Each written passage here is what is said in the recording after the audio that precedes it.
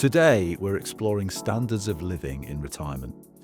We've talked a lot on this podcast about planning for your retirement and ways you can start to think about the kind of life you want to live after you leave work behind for good. But picturing what that looks like can be really difficult to do. And it's an important step to take when you're making financial decisions and plans for the future.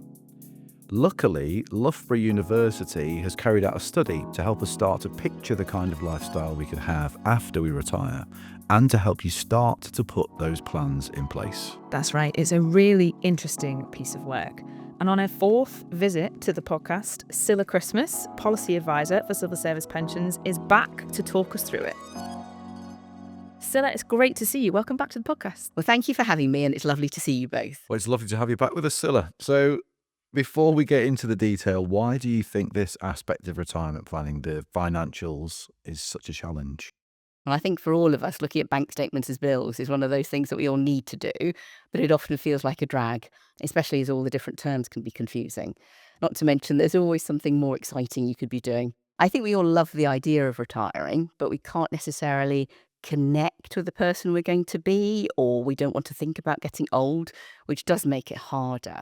I think the key thing to remember is please don't put it off. The sooner you do it, the better the chance of having a good retirement, and make sure you look at it every year and do a review to make sure you're still on track.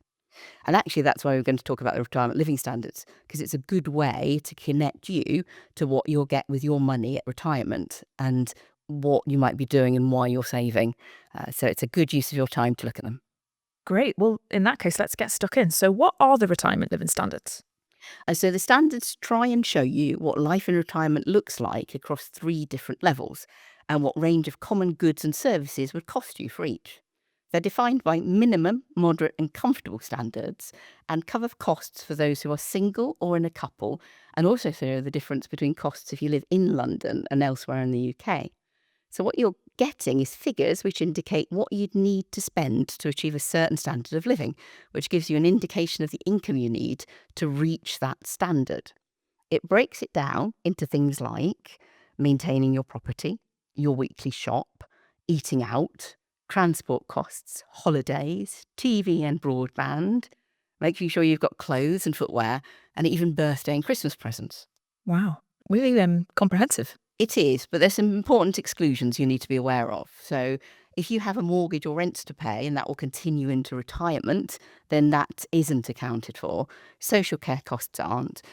And you need to think about tax because these figures are after tax income. You might also need to think about things like, do you need additional medicine or expensive equipment to help you manage long-term conditions that need lots of energy and electricity and therefore are costly? And you need to add that back in as well. So, Scilla, you mentioned there's 3 levels, minimum, moderate and comfortable. Perhaps you could just give us a little bit more detail about what's involved, what each of those means? So minimum does what it says on the tin. It covers your basic needs with a little bit left over for fun. So you'd holiday in the UK once a year, eat out once or twice a month, and have some affordable leisure activities to undertake once or twice a week. For a single person, you're going to need $14,400 a year, which is just over the full new state pension, or $22,400 for a couple. That means the amount you need after you've paid tax. If you want a little bit more and more financial security and flexibility, say you want holiday abroad rather than in the UK, eating out a few times a month, and to do a bit more of what you like, then you'll need a bit more disposable income as well. So for a single person, that then means $31,300 a year. That's actually quite a jump from $14,400. For a couple, it's $43,100. These are national figures, by the way. In London, you need more. Now, if you want to get comfy and get some real financial freedom, you're looking at $43,100 per year as single, and a couple is $59,000. Now, that's will include things like updates to your home, a nicer car or a newer car, more holidays, better broadband, etc. It's fascinating to hear it talked about in these terms. Yeah.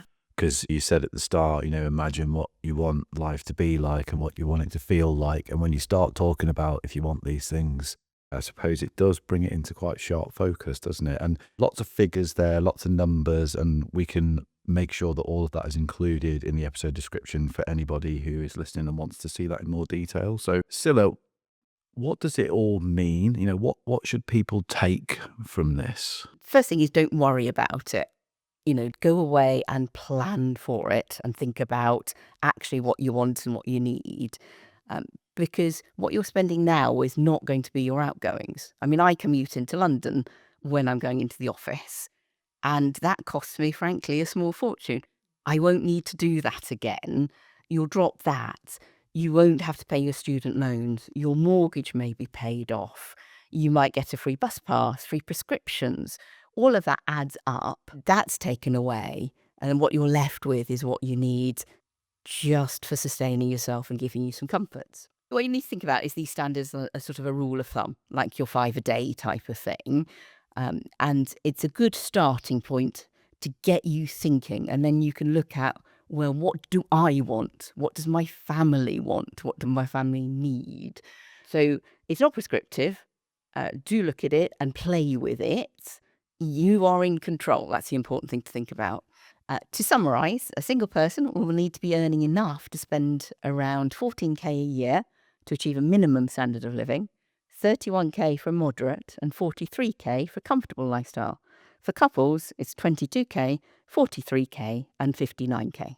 This is my 3-step plan to retirement planning. And I'm not the first, so I'm borrowing. But I spent a lot of time at Civil Service Live last week talking to people about these 3 steps. Work out what pension you're likely to have from all of your pensions, including the state pension and your civil service pension, at the date you want to retire. Do include any savings you have in there that might provide income. Then look at what you're going to need based on the lifestyle you want, and that's where the standards fit in. If there isn't a gap, brilliant, you're well on the way to having a decent retirement, but circumstances can change, so do have another look every year. If there is a gap, then can you think about how you can close it? Can you save more this year, or maybe not this year, keep it in mind for next year, for when the next pay rise gives you a little bit of space? So there's lots of help available out there. So where can people go to find out more? More information on the standards are on their website, which is www.retirementlivingstandards, all one word, .org.uk. Don't forget to take advantage of the tools available to you from the Civil Service Pension Scheme.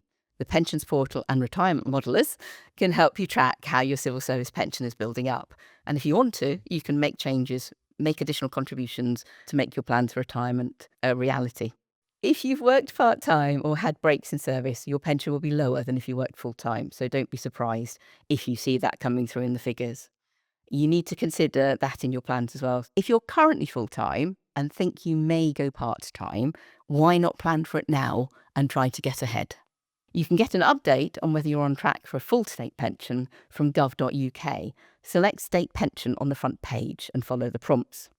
There's also, if I might mention them, the Charity of Civil Servants, who provide lots of useful hints and tips on looking after your finances and financial well-being on their website, so do take a look. I think some of you know me as the co-chair of the Civil Service Carers Network. We've spoken about the gender pension gap and how carers can look after their retirement. One thing that struck me when I was looking at the retirement standards is we talk about people who are single or couples in retirement.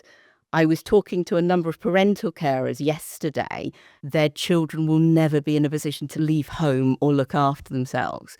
So they will need to think about what they're going to need to sustain not only themselves and their partner, but also that child, and make provision for them after they pass away as well. I know it's really hard for you. It's one of the most difficult things as a parent to face, but please do think about it. In fact, there's a page on the website for carers specifically. So if you just put caring into the search button, that page will come up, and there's lots of helpful hints and tips for carers and about their pensions. Great, that's great advice. And as Rob said, we'll make sure to include links to all of this information in the episode description. Scilla, as always, it's been really interesting. Thank you so much for joining us today. And thank you for having me. To find out more about anything we've talked about today, or to tell us what you'd like us to cover in a future episode, head to civilservicepensionscheme.org.uk/podcast. You can also find links to information, transcripts, and accessible versions of this podcast in the episode description. Make sure to follow so you never miss an episode. We'd love to hear your thoughts and feedback on this series, so please do leave us a review wherever you get your podcasts. This episode was recorded in July 2025. All information is accurate at the time of recording. Thanks for listening.